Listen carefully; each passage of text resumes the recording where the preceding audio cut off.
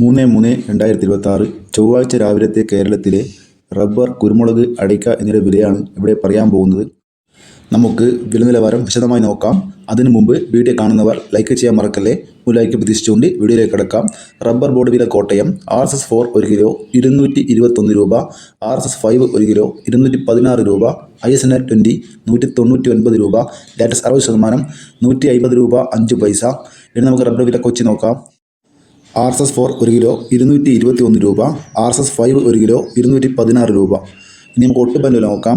60% ഡീലക്സിലെ ഒട്ടുപാൽ 1 kilo 111 രൂപ, 70% ഡീലക്സിലെ ഒട്ടുപാൽ 1 kilo 127 രൂപ, 80% ഡീലക്സിലെ ഒട്ടുപാൽ 1 kilo 148 രൂപ.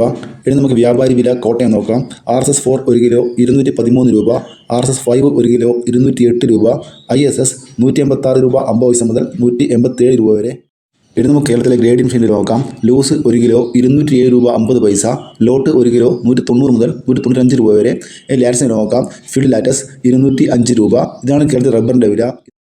ഇന്ന് കേരളത്തിൽ റബ്ബറിൻ്റെ വിലയിൽ മാറ്റമില്ല. ഇനി നമുക്ക് കുരുമുളക് നോക്കാം.